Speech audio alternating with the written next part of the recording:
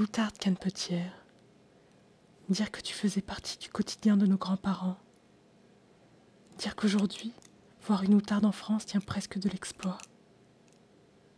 Que reste-t-il de la population d'outardes d'antan, celle qui s'étendait jadis de la Champagne-Ardenne à l'Aquitaine?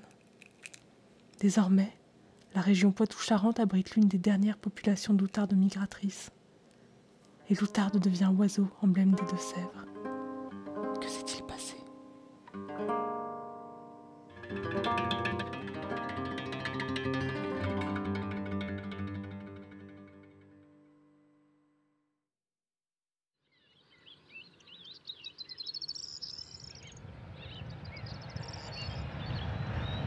Il était une fois la France et ses plaines, avec ses paysages agricoles diversifiés en mosaïque, son système d'exploitation en polyculture élevage, ses cultures annuelles variées, ses jachères, ses lisières, ses prairies, ses pâtures, ses luzernières et ses chemins herbeux. Ah, qu'elle était riche en biodiversité, cette France agricole. Comme les insectes et les petits mammifères y prospéraient. Et oh combien les oiseaux se plaisaient à se nourrir de ces petits animaux. Les oiseaux nichaient au sol, dans le confort des zones herbeuses. Une prairie, un champ de luzerne, une jachère faisaient la réussite de générations d'oiseaux. En ce temps-là,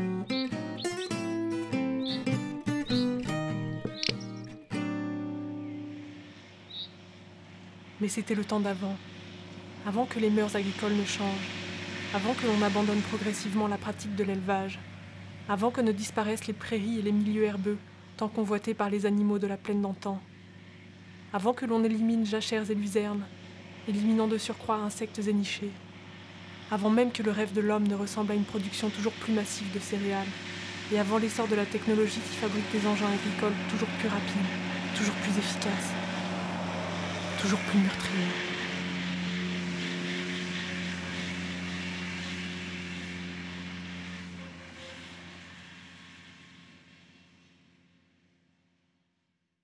Avant les différents partenaires qui se succèdent.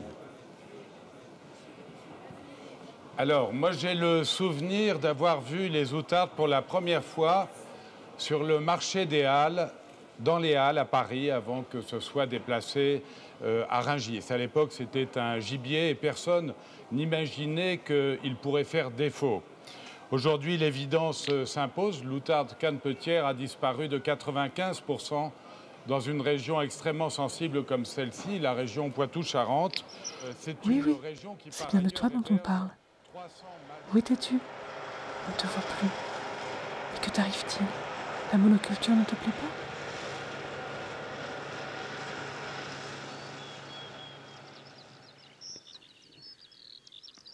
Toi, oiseau de steppe, tu as déjà su t'acclimater aux activités humaines et tu as fait des prairies, des jachères et des luzernes, ton gîte et ton couvert. Aujourd'hui, tu meurs de faim. Les parcelles s'agrandissent. On utilise des insecticides, des herbicides, des pesticides. On extermine les populations d'insectes en labourant toujours plus profondément. Comment nourrir tes poussins quand les populations d'insectes s'amoindrissent?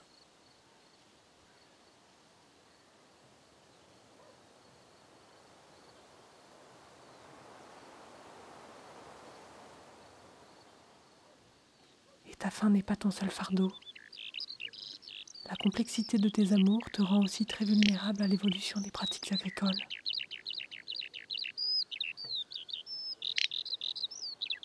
Mâles et femelles, vous avez des exigences écologiques presque opposées.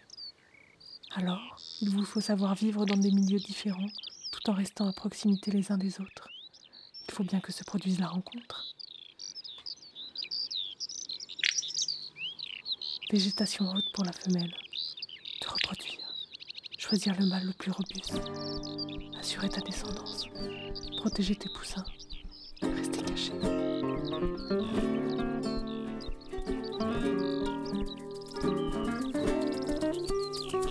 Végétation rase pour le mâle, être repéré par les femelles, parader, chanter, être le plus fort, te mesurer aux autres qui ne sont jamais bien loin de toi. C'est ton ultime raison d'être. Et jamais une immense parcelle de maïs, de colza ou de tournesol ne permettra une telle alchimie.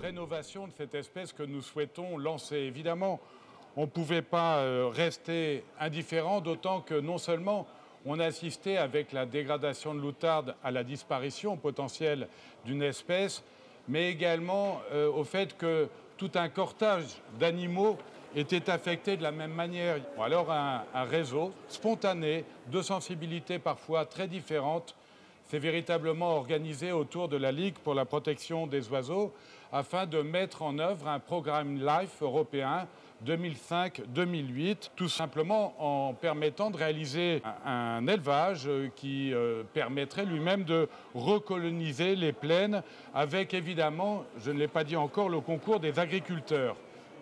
L'opération a été lancée en juin 2005, en juin dernier, avec une quarantaine d'œufs qui ont été prélevés sur des nids découverts lors des activités agricoles, mais également avec nos homologues espagnols qui sont impliqués dans cette démarche. Pour ceux qui ne le savent pas, les outardes... En tout cas, ce qu'on peut dire, c'est que tu mobilises du monde. Regarde tous ces gens qui sont là pour parler de toi, de ton sort, de tes terres.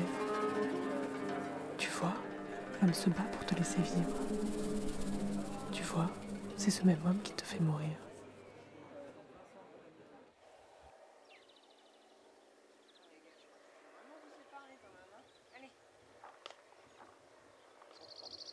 Dans le programme LIFE, on a plusieurs volets. Donc on a un volet élevage de poussins en captivité, on a un volet reproduction en captivité et le troisième volet, c'est mesures agro-environnementales. Donc on doit aider à la mise en place des mesures agro-environnementales qui sont payées par l'Europe et la France. Elle, tu la connais, c'est Carole. C'est elle qui s'occupe de toi à l'élevage. C'est elle qui te fait naître. C'est elle qui te nourrit. C'est elle qui te surveille. Parce qu'une outarde en captivité, c'est fragile. Et un peu gauche. C'est elle aussi qui va chercher les œufs dans les champs. Elle n'est pas seule, bien sûr. Entre l'équipe de terrain et l'élevage, 14 personnes se mobilisent. Rien que pour toi. Les œufs sont récupérés après les fauches en règle générale. Et sinon, on a une autorisation de prélèvement sur la moitié des pontes. Donc ça veut dire qu'on protège le nid dans la parcelle, c'est ça, c'était le deal. Plutôt que d'attendre bêtement que tout soit détruit, j'ai dit moi je sais chercher les nids, on fait une équipe, et on protège le nid dans la parcelle, la femelle élève 2 poussins et on élève les 2 qu'elle n'élèvera pas de toute façon. Et donc ça, normalement, si on trouve les nids avant, on prend 2 œufs. Voilà.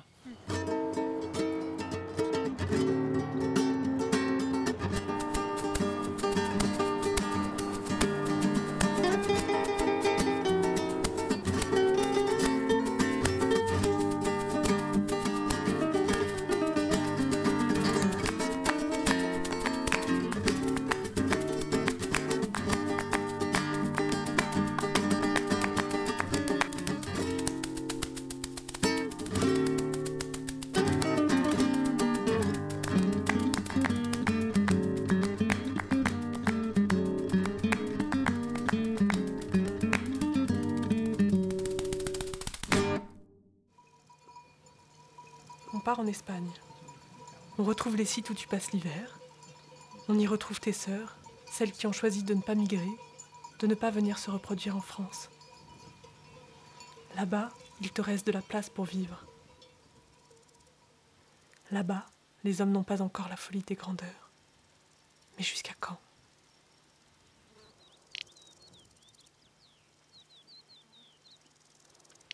Les paysages sont encore riches et les zones de steppe bien présentes. Tes sœurs le savent bien et le chant des mâles résonne dans les plaines espagnoles. Tellement plus qu'en France. Et on cherche les nids, les poussins que l'on ramènera en France pour l'élevage, pour la variabilité génétique.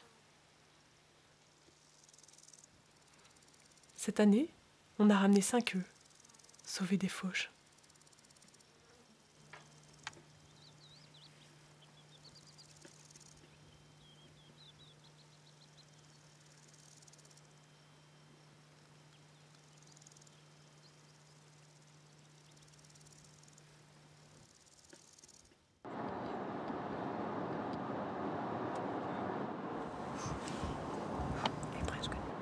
Et comme rien n'est facile avec toi, tu as décidé de naître dans la voiture, sur le chemin du retour.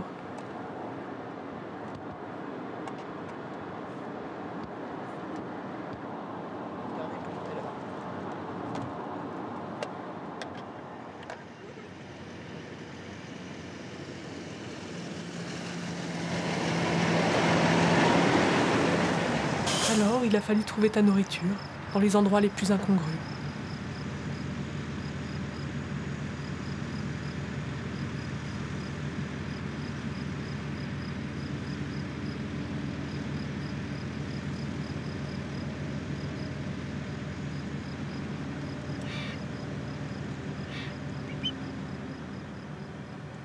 Allez les pitchous, allez les pitchous.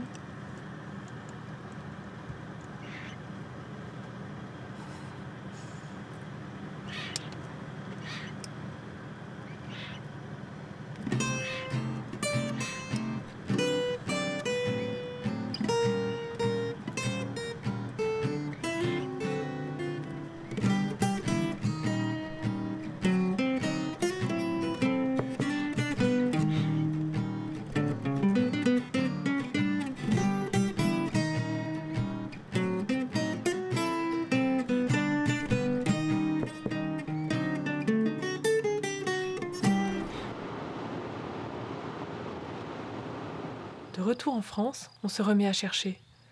On se dépêche de te trouver avant les fauches. On espère qu'il ne soit pas déjà trop tard. On espère que la faucheuse t'aura épargné.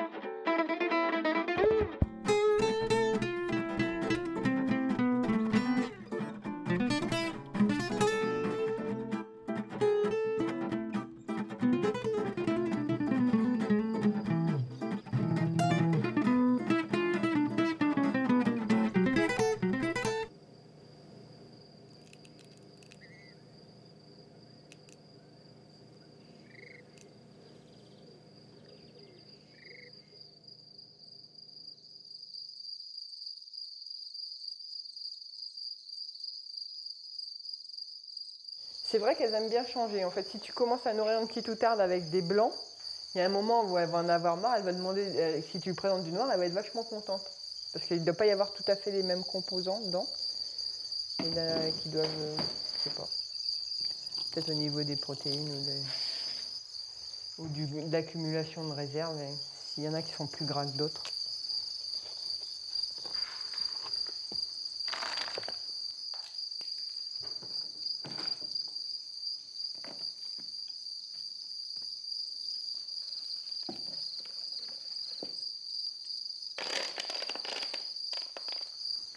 Mais c'est vrai que les tout petits poussins, on aime bien les nourrir avec des grillons blancs parce qu'ils sont plus fins. Et je ne suis pas sûre que les outardes elles préfèrent les grillons blancs. Je pense que ce qu'elles aiment, c'est avoir plein de choses différentes à manger.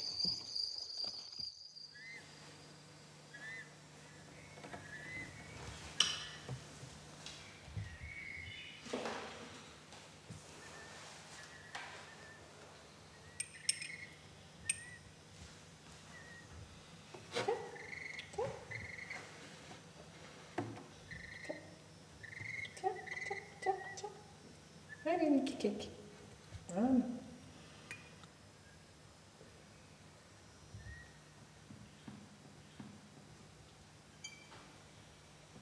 Le programme prévoit de relâcher 350 poussins d'ici à 2009. Alors, on vous élève, ta nourriture et toi-même.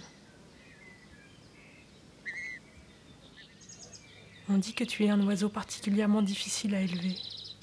Tu es si craintive, si émotive.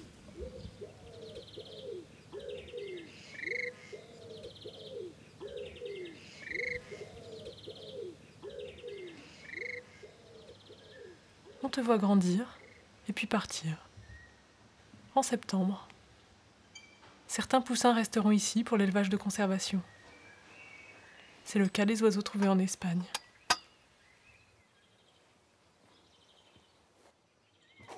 Ah, mais quelle andouille! Mais qu'est-ce que tu me fais?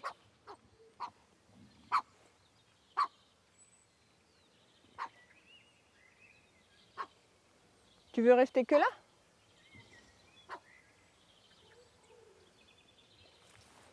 Et alors?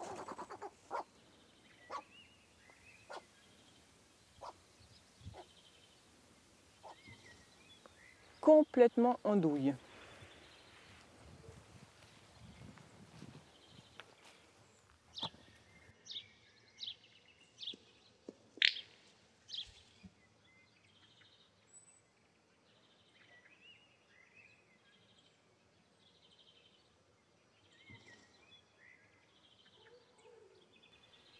Apprendre à voler, apprendre à partir. Suivre tes sœurs jusqu'en Espagne sans trop savoir pourquoi. Mais voilà, c'est inscrit dans tes mœurs.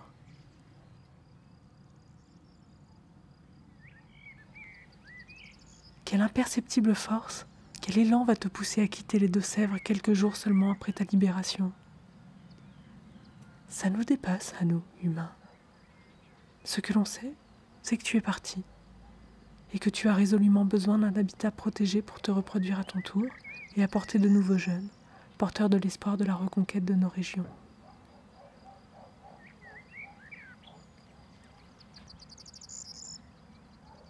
Alors, on fait des contrats.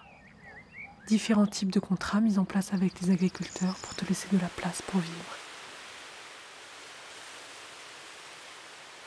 Tu as les CAD, donc contrats d'agriculture durable, qui sont mis en place localement par les associations et avec de l'argent du ministère de l'Agriculture et de l'Europe. Et puis tu as les contrats de sauvegarde qui eux sont des trucs très ponctuels qu'on met en place dans le cadre du LIFE quand on trouve un nid. C'est-à-dire quand on est sûr qu'il y a un nid parce qu'on l'a trouvé, on prévient l'agriculteur et on lui dit est-ce que vous pourriez laisser un demi-hectare pour le nid, pour que la femelle puisse élever ses poussins, il faut au moins un demi-hectare. Et là, on lui indemnise ce demi-hectare ponctuellement sur 45 jours. Donc l'année d'après, il est libre, alors qu'un CAD, ça dure 5 ans. Pendant 5 ans, l'agriculteur est tenu de faire les mesures.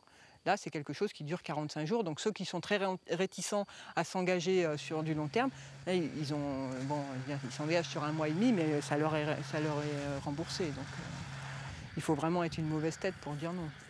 J'ai signé pour des mesures qui sont essentiellement sur mes terres qui sont en production fourragère et qui sont donc déjà le mode de fauche, en partant du centre et en allant vers la périphérie. Les dates de broyage de mes jachères, donc je dois intervenir avant le 15 mai. Et puis aussi l'amélioration de jachère PAC en ensemençant des vieux champs de dactyles.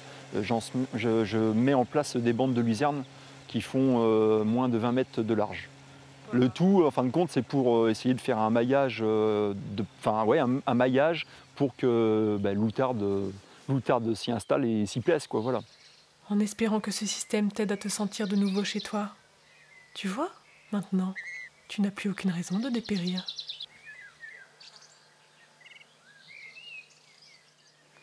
En fait, c'est très difficile de faire comprendre aux agriculteurs que toute action va être néfaste. Même, y en a un, il a trouvé un nid, parce qu'il savait qu'on travaillait là, mais on l'a jamais contacté, on n'a jamais trouvé le nid.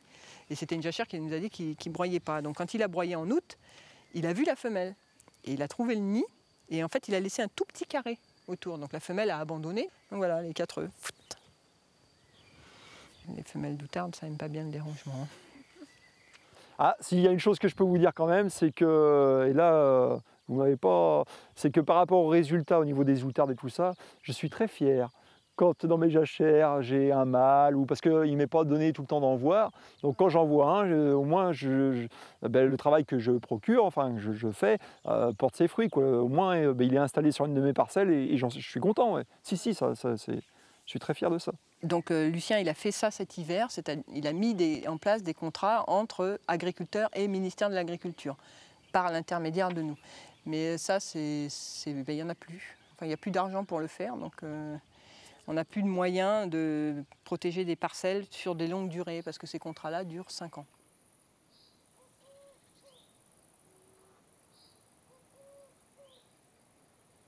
Mais ce que j'en pense par rapport au CAD, moi c'est clair, et c'est ce qu'on m'a dit dans les bureaux quand j'ai rendu mon dossier. Pour ceux qui ont signé maintenant, c'est bien, mais ils le savent, donc à la DDA, au niveau des fonds, il semblerait que dans 4 ans, ils auront du mal, quoi. Parce que j'ai voulu faire un avenant, moi, pour une parcelle en luzerne, ils m'ont dit non, on ne va pas faire d'avenant parce qu'on n'a plus d'argent.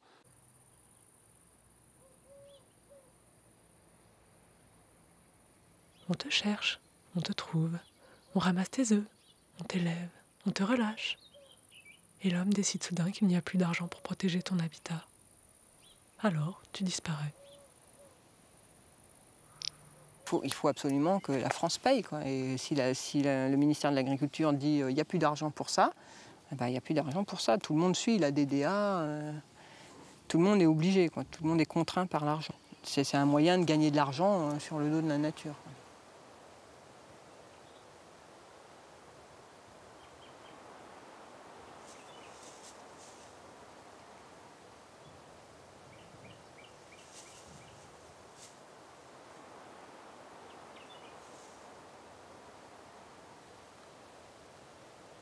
Et si tout cela n'était qu'un rêve?